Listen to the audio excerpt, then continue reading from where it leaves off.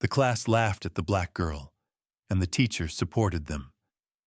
Until he showed up, from the Pentagon. At first glance, it's a typical school story. A new student tries to find her place among the spoiled offspring of influential families. But what if there's something much more hidden behind the simple words of a girl that no one believes? When the truth finally comes out, it's not just a reputation that's at stake, but national security. Corey Robinson noticed their stares the moment she walked into the St. Clair Prep building, wearing a backpack that wasn't designer and a jacket she'd been wearing since last year. No words were spoken, but it was clear. Saint-Font. Clair Prep wasn't just a private school. It was a miniature version of a world where every name meant something, and last names weighed more than grades. The kids who attended were senators, corporate owners, and people whose nannies had better resumes than many of their teachers. And against their backdrop, Corey, a black girl from an ordinary suburb, looked, to put it mildly, alien. She walked down the hallway, trying to keep her back straight, like her dad taught her. Don't give them a reason to think you're less than them. But when you're the only one not wearing Balenciaga sneakers, it's hard. "Hey, are you new?" A voice came from behind. Corey turned around. Standing before her was a tall, blonde guy with perfectly coiffed hair. Camden Lawrence. The congressman's son she'd learned from the brochure she'd been given on her first day. His face was polite, but his voice was frozen with mockery. "Yes," she replied. "I'm Camden. Welcome to the rich man's paradise. Where are you from?" "Arlington." "Oh, that's cool. My people keep a house there when they're not in Miami." "My people." She just nodded. "Well, I'll see you in social studies, new girl," he said, and walked on. In social studies, she sat by the window, closer to the door. The others sat in their usual places, exchanging glances, whispering. The teacher, Mr. Rawls, looked at her with an expression she had seen in adults before, a mixture of curiosity and reserved doubt. "We have a new girl. Introduce yourself," he said, without looking up from his magazine. "Corey Robinson. We moved recently." "And the parents?" "Who does what?" "Mom is a nurse. Dad, he works at the Pentagon in the cyber department." For a split second, the classroom was silent, and then someone, Camden, I think, giggled loudly. "Well, of course," he muttered. Several people chuckled. Someone whispered, "You should have said president right away." Mr. Rawls smiled too. "The Pentagon, you say? Well, we all have to strive for the best, don't we?" Corey felt her cheeks heat up. She knew her father had asked her to keep the job secret. But he really did work there. Not a spy, not a hero, but a real analyst. Special network defense. Her father was not a fiction. She sat down alone in the dining room. There was a hubbub, laughter, and the clink of dishes all around. Two girls passed by. One said out loud, clearly for her benefit, "Do you really think it's the Pentagon? Looks like she's been watching too many TV shows." Corey finished her lunch, trying not to show her emotions.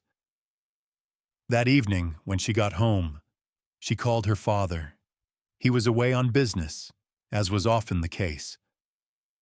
"Everything okay, baby?" he asked. "Yeah, they just don't believe you work at the Pentagon." "And?" "And they laugh." He paused. Then he said, "They'll laugh until they see who you are. And one day, they'll find out who I am. I promise you, one day you'll stand there and they'll listen." She didn't answer. She just held the phone and listened to his voice. The next day, the school announced, in 3 weeks, it would be Career Day. Parents would give talks about their professions. Students had already shared. Some mothers were judges, some fathers were lobbyists, fund owners, space program developers. When it was her turn, Corey said quietly, "My father, if he manages to return from his business trip, can also speak. He works at the Pentagon." The teacher smiled reservedly. In the journal, next to her name, she wrote "questionable" in pencil. Someone giggled again. As she was leaving the classroom, Corey saw a sticker on her notebook. "FBI on the way? Don't forget your bulletproof vest." She peeled off the piece of paper and threw it into the trash can. With each passing week, being at St. Clair Prep became more and more difficult. At first, Corey simply tried to stay out of the spotlight, then to not respond. And now, it seemed like her very existence was annoying to some people, especially Camden. "I heard you said something about the Pentagon again," he said casually at the locker. "I didn't say anything," Corey answered calmly. "They asked me. I answered. Of course. You're a special agent. Or maybe the general's daughter?" He grinned and walked away, throwing over his shoulder. "Dad's probably having coffee with James Bond." Corey didn't answer. She was used to this game. Say nothing directly, but put everything she needed into her intonation. The others followed suit. Rumors began to spread around the school. Some claimed that her dad was actually the driver. Some that he didn't exist. At the media journalism club that Corey naively signed up for, they told her to her face, "We need an interview with real parents, not fictional ones." Sorry. She didn't apologize. She just got up and left. In history class, when we were discussing government structures, someone in the back row loudly whispered, "Maybe Corey can explain it to us? She's straight from the Pentagon." Even the teacher, Miss Lowry, couldn't help but smile slightly. And yet, that wasn't the worst thing. What was worse was the feeling that even adults didn't believe you. One day after class, Corey stayed behind to ask a question about her homework. Mr. Rawls, without looking up from his computer, suddenly said, "Corey, tell me honestly, is it true that your father works at the Pentagon?" "Yes," she answered calmly. "Don't get the idea that I'm judging. It's just that sometimes children make things up to feel more confident. Here, of course, the level is high." He emphasized the last word, as if to imply that she did not belong here. "He really works there. I can bring him to career day, Mr." Rolls nodded reservedly. "Well then, I'll write it down. Let him come. It'll be interesting to listen to." But his voice didn't sound like someone who was expecting to meet someone serious. More like someone who was ready to be exposed. That evening, Corey sat in her room, staring at the blank screen of her tablet. Her mother was working the graveyard shift. Her father was away in Maryland. He had called yesterday, asking her not to worry and promising to be back on time. But now she doubted. Would he come? And if he didn't come, they wouldn't believe her. Or worse, they'd say that he didn't come because he didn't exist. She wrote him a short message. "Are you sure you'll come?" The answer came in a couple of minutes. "I promise, baby. I won't miss it for anything. And yes, I'll take a badge. In case anyone needs proof." Corey smiled. But not for long. In the morning, there was a printout on her desk. A photo of a man in overalls signed, "Here's your daddy. Cleaning the Pentagon is a job too." Corey took the paper, folded it carefully, and hid it in her backpack. Someone was watching her reaction, but she didn't give it a chance. At lunch, one girl sat at her table, Liv. Before that, they had hardly communicated. Liv looked at her seriously. "You know, they all think you made it all up." And you? Corey hesitated. I don't know. But if it's true, you're brave. If it's not true, it was stupid to say. They don't forgive such things here. It's true, Corey said quietly. Liv nodded and stood up. Then you better hope he comes. There was a week left until career day. A list of participants was hanging by the office door, and next to it someone had written in pen, "Or is he on a secret mission again?" Corey wiped the writing away with her finger. The ink smudged, but the mark remained. When she got home, there was an envelope on the table. It was postmarked Washington. Inside was an official invitation to Career Day and a printout with a pass. James Robinson, Department of Defense. Father kept his word. She hung the pass on the wall above her desk. A reminder. Things were about to change.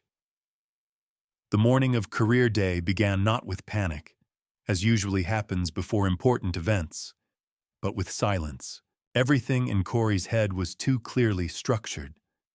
She got up before the alarm, put on a neat skirt ironed by her mother, a white shirt, and a cardigan. Dad promised to come by 11. His speech was 6th on the list. Everything had to go right. Even the bus was on time. The assembly hall was crowded.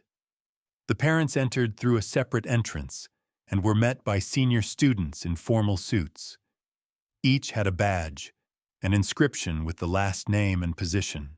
Corey looked around, trying to find a familiar face. Her father was not there.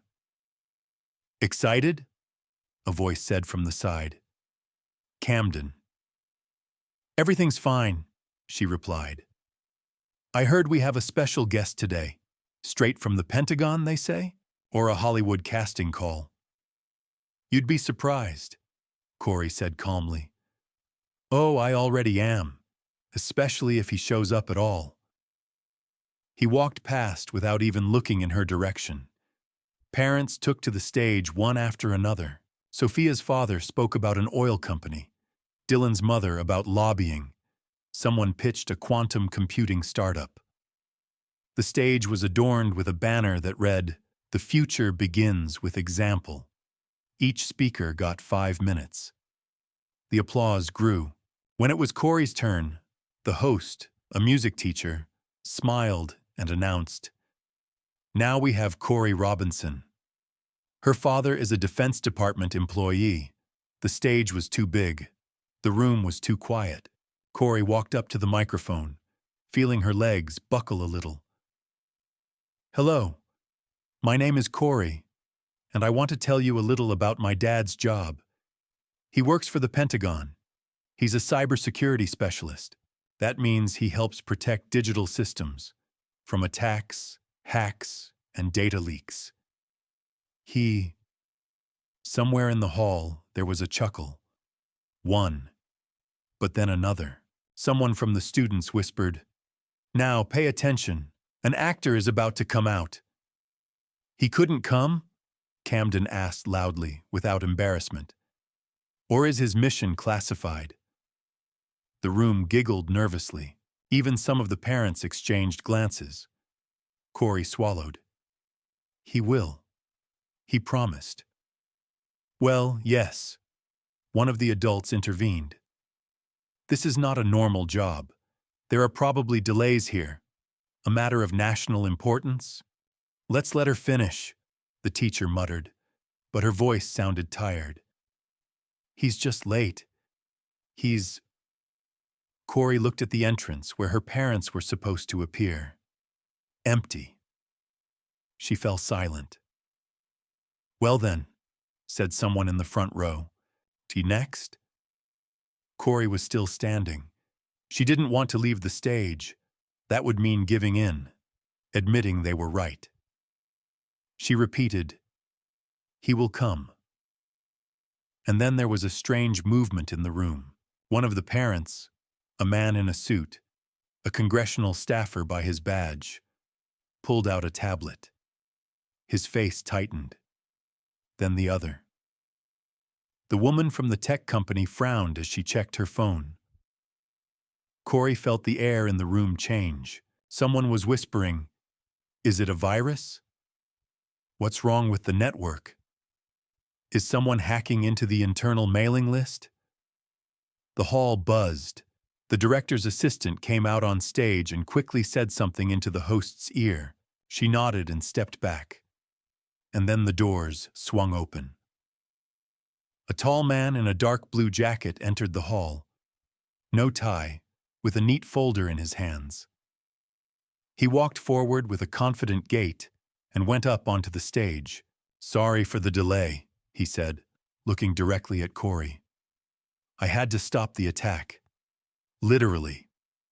Corey recognized the voice, and suddenly all the noise around her became background. She took a half step back, and he put his hand on her shoulder. "James Robinson, Department of Defense. This morning, we detected a targeted hacking attempt on devices connected to the local area network of this building.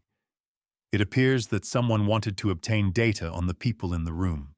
Some of you may have noticed strange activity on your devices. At this time, I would ask that you turn off Wi-Fi and do not open any unknown notifications." Pause. "But don't worry. We've already intercepted most of the attack. The service is already working on the source." There was silence in the hall. Then there was applause. Cautious, but real. Corey was still standing next to him. He leaned over and whispered, "I promised I'd come." She didn't answer. She just nodded. Now no one laughed in the hall. After James Robinson's words, the auditorium froze. No whispers, no movements. Only the muted hum of tablets and phones being turned off, as if someone had given the command. Silence. Even those who had been giggling half an hour ago were now looking at the stage with bewildered attention, as if they could not believe that this was really happening. The school's principal, Mr. Eldridge, walked quickly to the stage and turned to Corey's father. "Mr. Robinson, are you sure that this is really a threat?" "I'm sure." He nodded briefly. "We've tracked unauthorized access to the local network. The penetration was carried out through a fake school Wi-Fi login page, disguised as an official one." He pulled a tablet out of the folder and pulled up a diagram on the screen. An event log, IP addresses, routes. One of the parents gasped when he saw his name among the targets. Most of those present are connected in one way or another with government agencies, large companies, lobbying organizations. Whoever it was, they were preparing. Data collection, passwords, email, contacts. "Are we under attack?" One of the mothers couldn't resist asking. "Not anymore. The threat has been neutralized.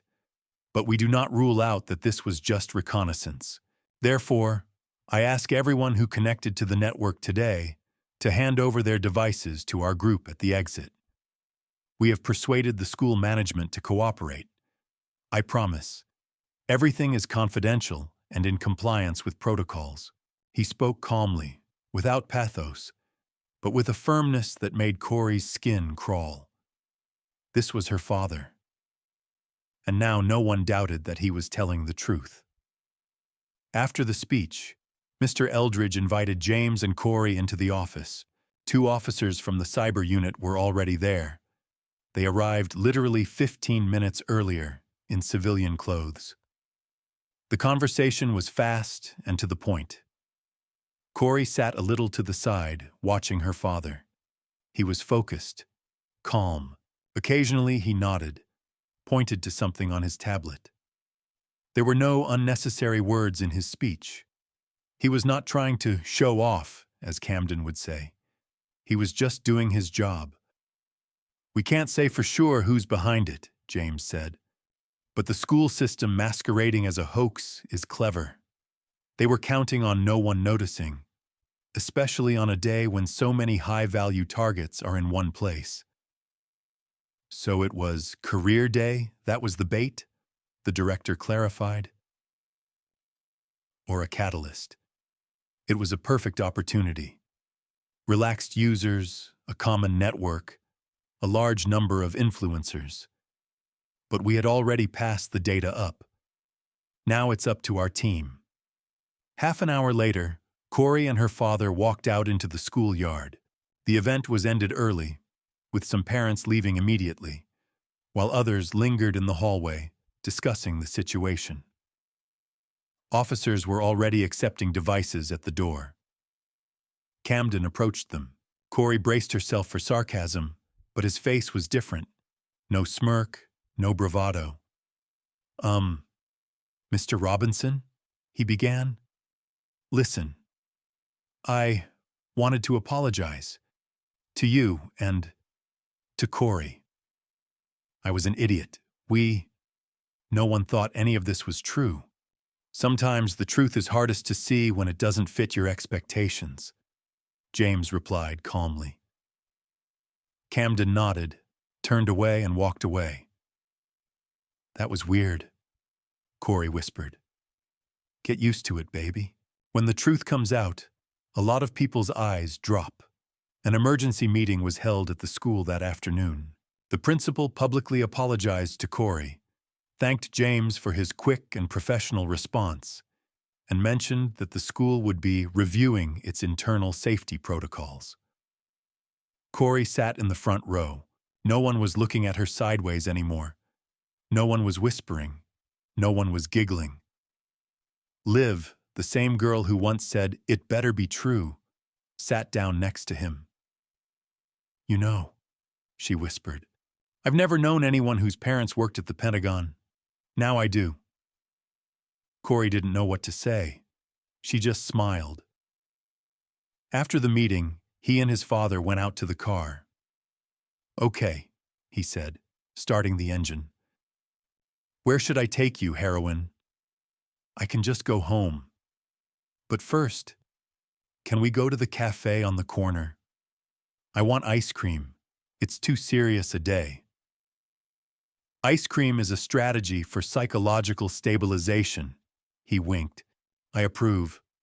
She buckled up and looked out the window. They were driving past a school. Her school. Now it's for real. 2 days after career day, the school was quieter. Not literally. Bells were still ringing and loud-voiced teenagers were still running through the halls. But the atmosphere had changed. It no longer felt hostile. The looks directed at Corey no longer felt mocking. Now it was interest and respect. The first person to approach her in the library was her social studies teacher, Mr. Rawls. He looked as stern as ever, but there was a different note in his voice. Corey, he began, adjusting his glasses. I'm sorry. I think you know you haven't been on your best behavior. She nodded, but didn't smile. She just said calmly, Thanks for telling me. We're having a new unit on digital security. I was wondering, maybe you could speak to the class, tell them what you know? Or maybe you could ask your dad to send some materials. The offer was honest, not condescending, and that was nice. I'll think about it, she replied. After school, Liv invited her to join them for lunch. There were 3 other girls at their table. One of them, Madison, asked cautiously, Did you really know there would be an attack? No. He never says anything like that. He just promised that he would come. And he came. On time. He's cool, Liv said. For the first time in weeks, Corey felt like she wasn't a guest in this building. She was a part of it. That evening, Mom brought home a pizza. Dad had just flown in from a briefing in D.C. They had dinner in the kitchen, as usual. No waiters, no security, no pomp. How was your day? He asked. Not as noisy as last time, Corey chuckled. Everything calms down quickly with you, Mom intervened.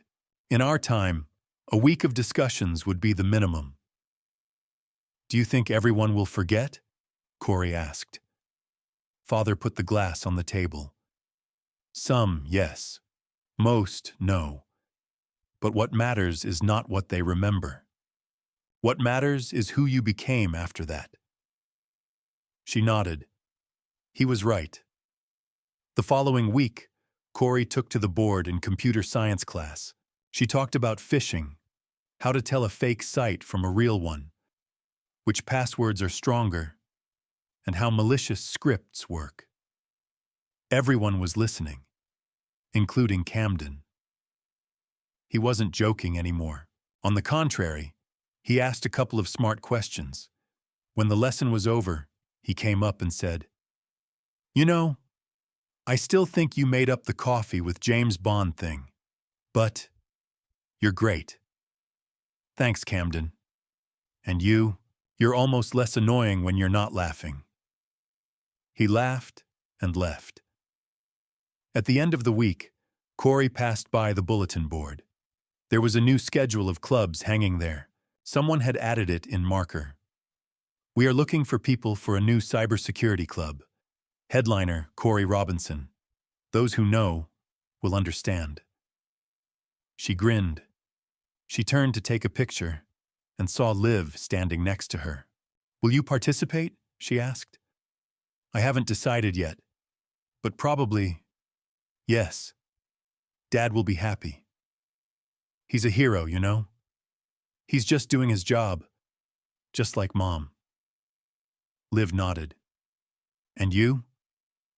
Corey thought for a moment. "And I just didn't keep quiet." On Sunday, she and her father went to the same cafe again, a small place on the corner that always smelled of caramel. They sat by the window, ate ice cream, and watched the children playing outside. "Well, baby, ready for the next attack?" He chuckled. She looked at him, then at the cup of chocolate chips and said, "Always."